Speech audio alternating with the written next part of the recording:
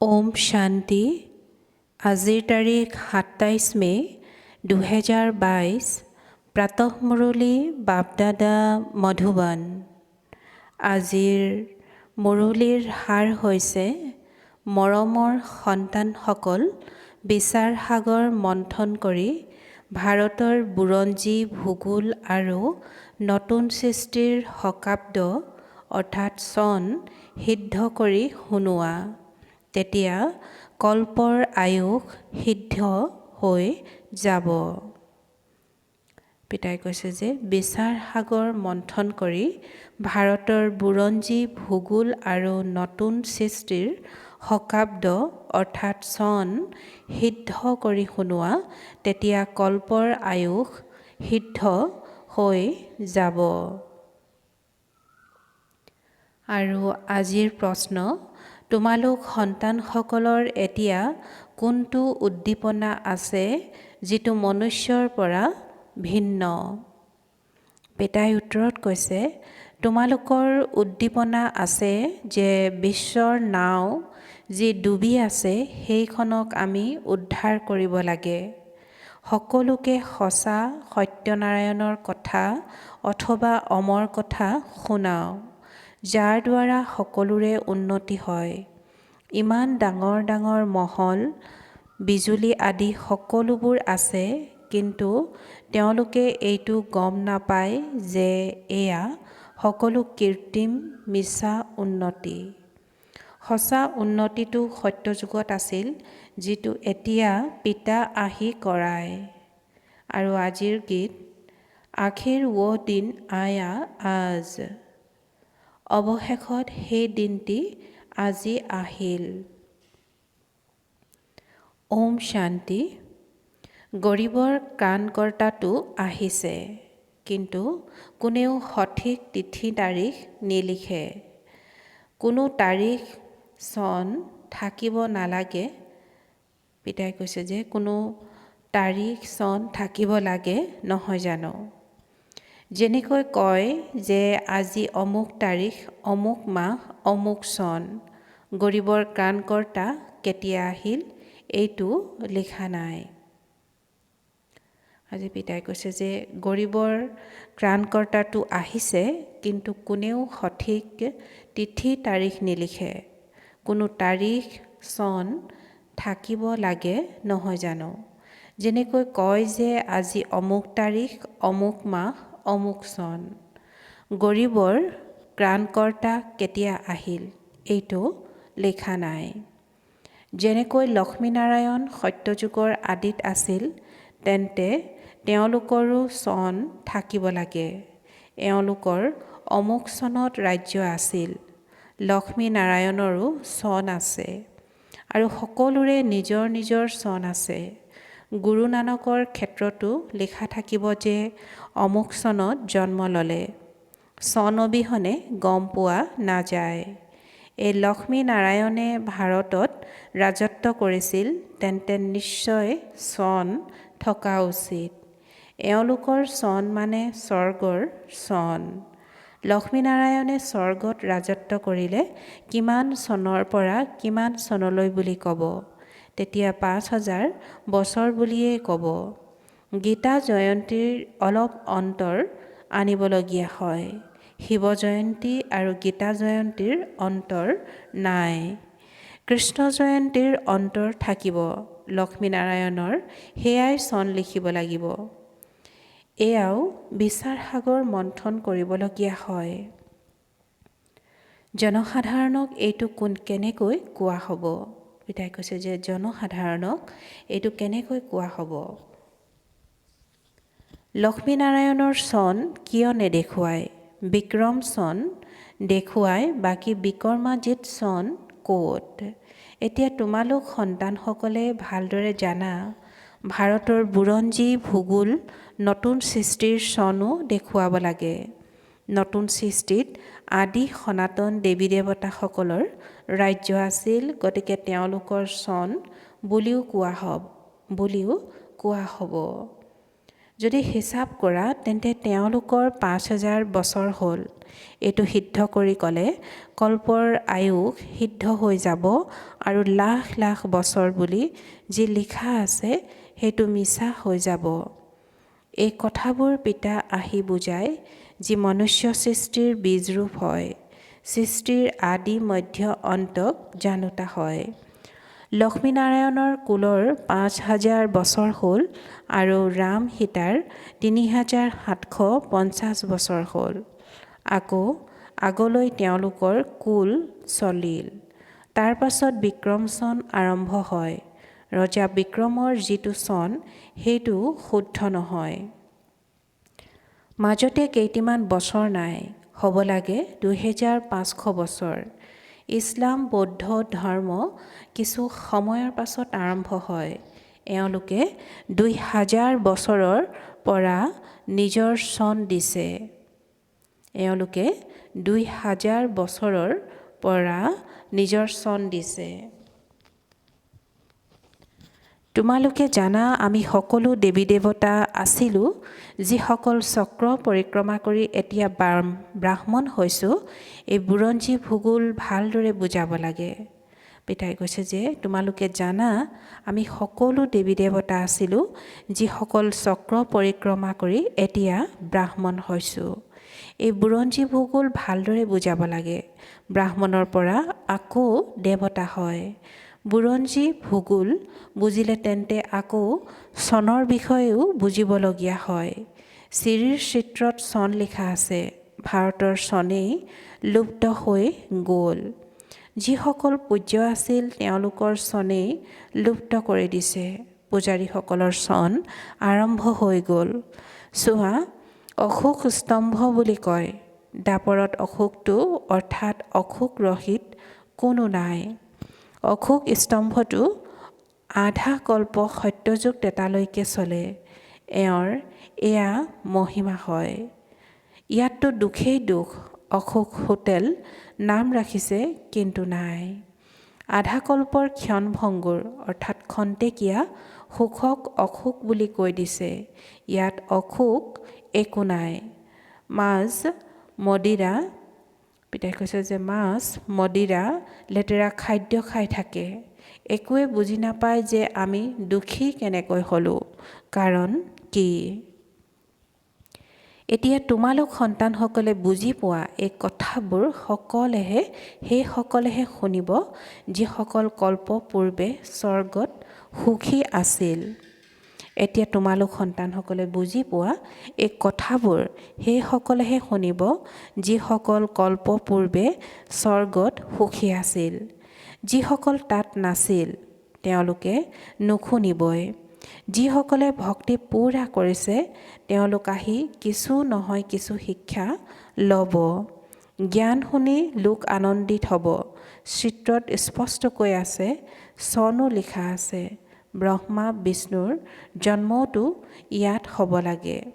বাকী শংকৰটো হৈছে সূক্ষ্ম বতনৰ আৰু শিৱ থাকে মূল বতনত। সূক্ষ্ম মূলকো নাজানে। সেইবাবে শিৱ শংকৰক একাকাৰ কৰি দিছে। শিৱ হৈছে পৰমপিতা পৰমাত্মা, শংকৰ হৈছে দেৱতা। দুয়োজনক একে কৰিব নোৱাৰি।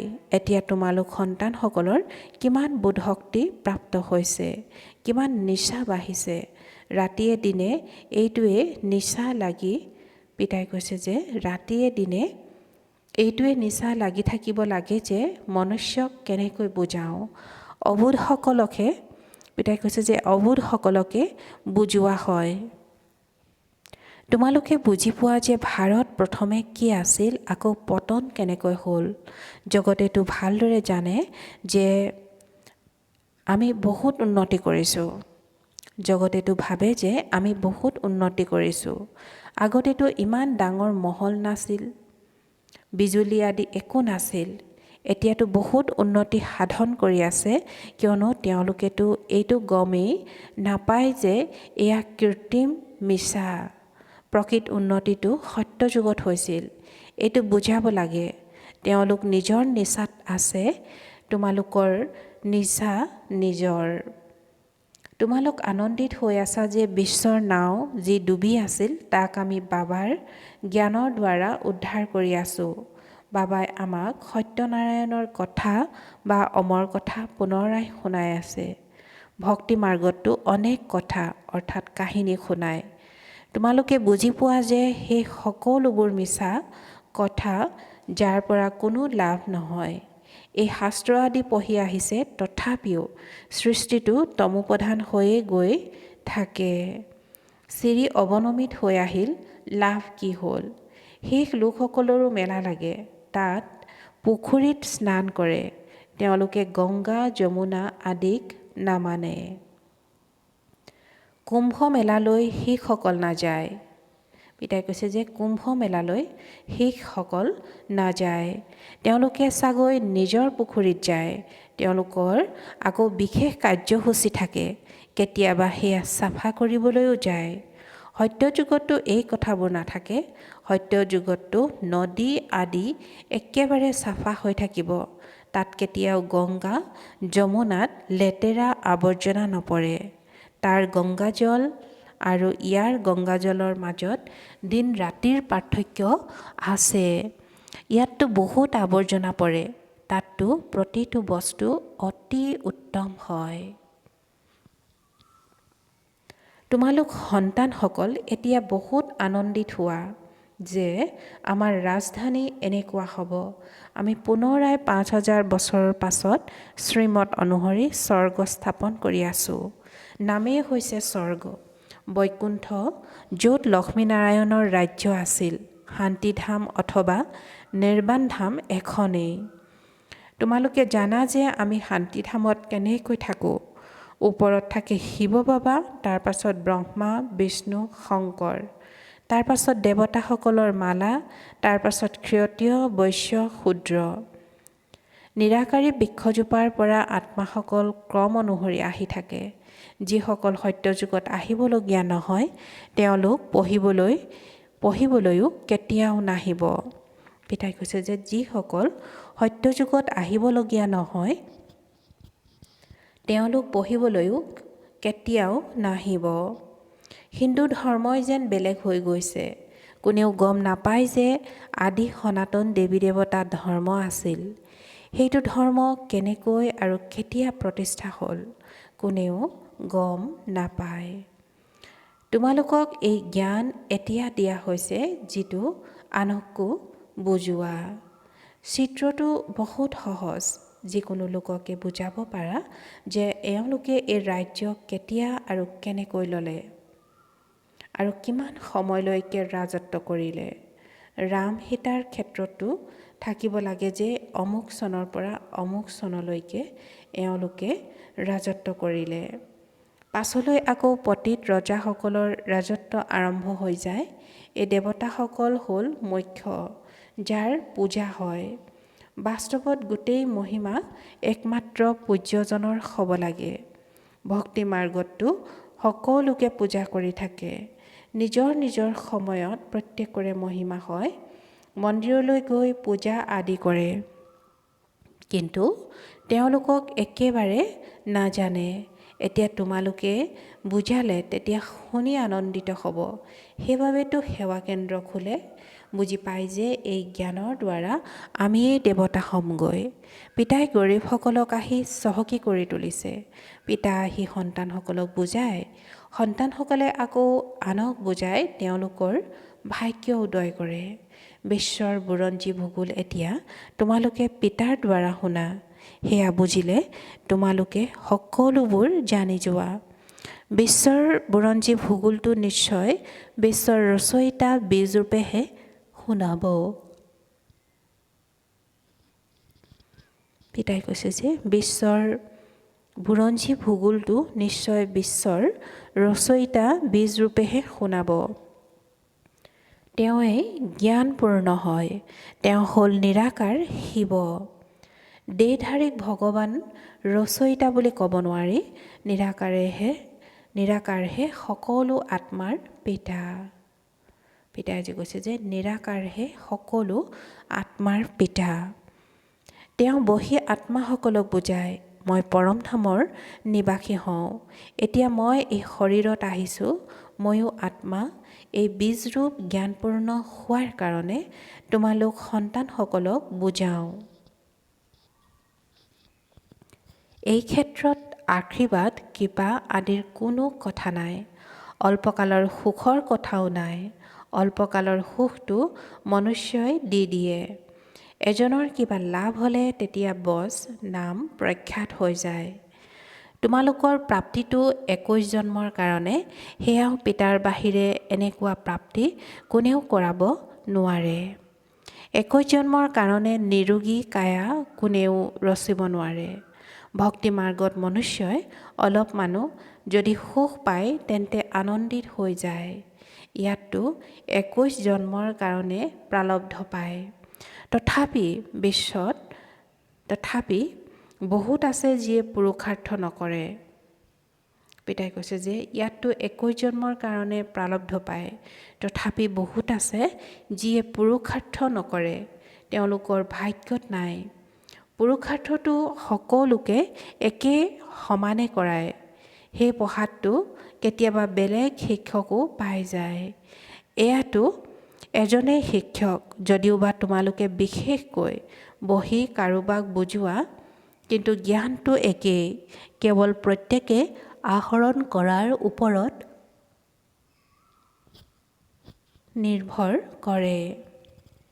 পিতাই কৈছে যে যদিওবা তোমালোকে বিশেষকৈ বহি কাৰোবাক বুজোৱা, কিন্তু জ্ঞানটো একেই, কেৱল প্ৰত্যেকে আহৰণ কৰাৰ ওপৰত নিৰ্ভৰ কৰে।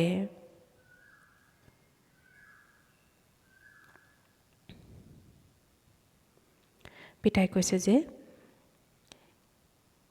এইটো এটা কাহিনী য'ত গোটেই ৰহস্য আহি যায়। পিতাই কৈছে যে এইটো যদিওবা তোমালোকে বিশেষকৈ বহি কাৰোবাক বুজোৱা, কিন্তু জ্ঞানটো একেই, কেৱল প্ৰত্যেকে আহৰণ কৰাৰ ওপৰতে নিৰ্ভৰ কৰে। এইটো এটা কাহিনী য'ত গোটেই ৰহস্য আহি যায়। বাবাই সত্যনাৰায়ণৰ কথা শুনাই তোমালোকে তিথি তাৰিখ সকলো শুনাব পাৰা। সত্যনাৰায়ণৰ কথা শুনাওতাসকলৰ কিছুমান প্ৰসিদ্ধ হয়, তেওঁলোকৰ গোটেই কাহিনী কণ্ঠস্থ হৈ যায়। তোমালোকে আকৌ এই সঁচা সত্যনাৰায়ণৰ কথা কণ্ঠস্থ কৰি লোৱা, বহুত সহজ। পিতাই প্ৰথমতে কয় মন্মনা ভাৱ, আকৌ বহি ইতিহাস বুজোৱা। এই লক্ষ্মীনাৰায়ণৰ চনটো ক'ব পাৰা নহয় জানো? আহক আমি আপোনালোকক বুজাম যে পিতা কেনেদৰে সংগম যুগত আহে, ব্ৰহ্মাৰ শৰীৰত আহি শুনায়। কাক? ব্ৰহ্মা মুখ বংশাৱলী। যিসকল আকৌ দেৱতা হয়, 84 জন্মৰ কাহিনী ব্ৰাহ্মণৰ পৰা দেৱতা হয়। সম্পূৰ্ণ জ্ঞান আছে, এয়া শুনি পুনৰ বহি লৈ পুনৰাবৃত্তি কৰা, তেতিয়া বুদ্ধিত সকলো উদয় হৈ যাব যে আমি দেৱতা আছিলোঁ, আকৌ এনেদৰে পৰিক্ৰমা লগালোঁ। এয়া হৈছে সত্যনাৰায়ণৰ কথা। কিমান সহজ, কেনেকৈ ৰাজ্য ললা আৰু কেনেকৈ হেৰুৱালা। কিমান সময় ৰাজ্য কৰিলা। লক্ষ্মীনাৰায়ণ আৰু তেওঁলোকৰ কুল বংশাৱলী আছিল নহয়।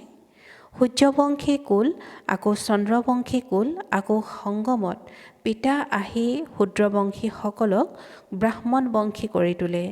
এয়া সঁচা কাহিনী, তোমালোকে শুনি আছা। সত্যযুগত লক্ষ্মী নাৰায়ণৰ হীৰা মুকুতাৰ মহল আছিল। এতিয়ানো কি আছে? পিতাইতো এই কাহিনীটো শুনাইছে নহয়। এতিয়া পিতাই কয় যে মোক স্মৰণ কৰা, তেতিয়া খাদ আঁতৰি যাব। যিমান খাদ আঁতৰিব সিমানে উচ্চ পদ পাবা। ক্ৰমানুসৰি বুজি পায়। পিতাই জানে যে কোনে কোনে ভালদৰে বুদ্ধিত ধাৰণ কৰিব পাৰে।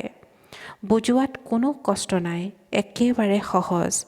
মনুষ্যৰ পৰা দেৱতা হোৱাটোতো প্ৰসিদ্ধ হয়। বাৰে বাৰে এই সত্যনাৰায়ণৰ কথাই শুনাই থাকে। সেয়া হৈছে অসত্য, এয়া সত্য। সেৱা কেন্দ্ৰততো সত্যনাৰায়ণৰ কথা শুনাই থকা বা মুৰলী শুনাই থকা এয়াতো অতি সহজ। যিকোনো লোকে সেৱা কেন্দ্ৰ চলাব পাৰে। কিন্তু আকৌ লক্ষণ ভাল হোৱা উচিত।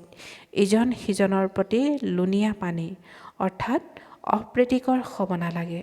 পৰস্পৰ মৰম চেনেহেৰে নচলিলে তেতিয়া সন্মান হানি হয়।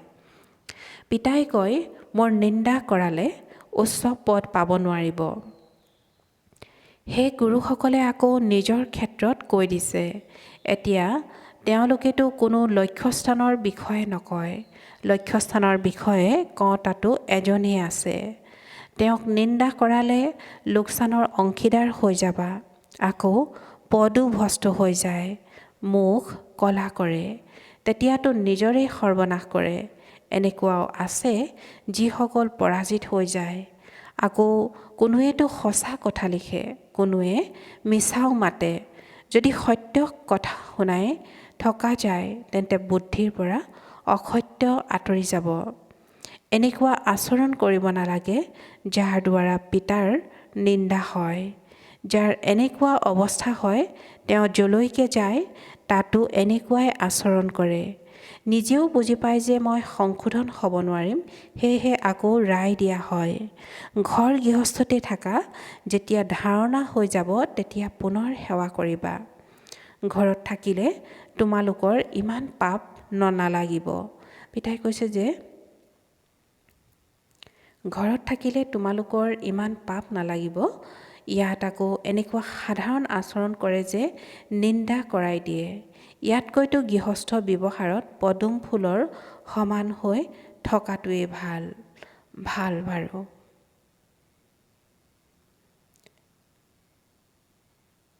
অতি মৰমৰ কল্পৰ পাছত পুনৰাই লগ পোৱা সন্তানসকলৰ প্ৰতি মাতা পিতা বাপ দাদাৰ স্নেহপূৰ্ণ স্মৰণ আৰু সুপ্ৰভাত।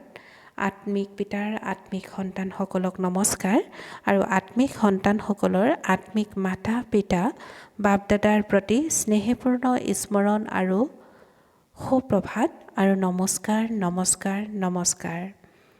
আৰু আজিৰ ধাৰণাৰ বাবে মুখ্য সাৰ, প্ৰথমতে ভিতৰৰ পৰা যাতে মিথ্যা আঁতৰি যায় তাৰ বাবে সদায় সত্যনাৰায়ণৰ কথা শুনিব আৰু শুনাব লাগে। কেতিয়াও এনেকুৱা আচৰণ কৰিব নালাগে যাৰ বাবে পিতাৰ নিন্দা হয়। পৰস্পৰ বৰ মৰম চেনেহেৰে থাকিব লাগে। কেতিয়াও লুণীয়া পানী অৰ্থাৎ অপ্ৰীতিকৰ হ'ব নালাগে। ভাল লক্ষণ ধাৰণ কৰি আকৌ সেৱা কৰিব লাগে। আৰু আজিৰ বৰদান, ব্ৰাহ্মণ জীৱনত অভিনন্দনৰ প্ৰতিপালনৰ দ্বাৰা সদায় উন্নতি সাধন কৰোঁতা পদমাপদম ভাগ্যৱান হোৱা। আৰু আজিৰ বৰদানৰ ব্যাখ্যা, সংগম যুগত বিশেষ আনন্দেৰে ভৰা অভিনন্দনৰ দ্বাৰাহে সকলো ব্ৰাহ্মণে উন্নতি সাধন কৰি আছে। ব্ৰাহ্মণ জীৱনৰ প্ৰতিপালনৰ আধাৰ হৈছে অভিনন্দন। পিতাৰ স্বৰূপত সকলো সময়তে অভিনন্দন, শিক্ষকৰ স্বৰূপত সকলো সময়তে চাব্বাছ চাব্বাছৰ ধ্বনিৰে সন্মান সহকাৰে উত্তীৰ্ণ কৰাই আছে। সদ্গুৰুৰ ৰূপত প্ৰতিটো শ্ৰেষ্ঠ কৰ্মৰ আশীৰ্বাদে সহজ আৰু আনন্দময় জীৱনৰ অনুভৱ কৰাই আছে। সেয়েহে পদমাপদম ভাগ্যৱান হোৱা যে ভাগ্যবিধাতা ভগৱানৰ সন্তান, সম্পূৰ্ণ ভাগ্যৰ অধিকাৰী হৈ গলা। আৰু আজিৰ শ্লোগান, সঁচা সেৱাৰ দ্বাৰা সকলোৰে আশীৰ্বাদ প্ৰাপ্ত কৰা সকলেই ভাগ্যৱান হয়। পিতাই কৈছে যে সঁচা সেৱাৰ দ্বাৰা সকলোৰে আশীৰ্বাদ প্ৰাপ্ত কৰা সকলেই ভাগ্যৱান হয়। ওম শান্তি।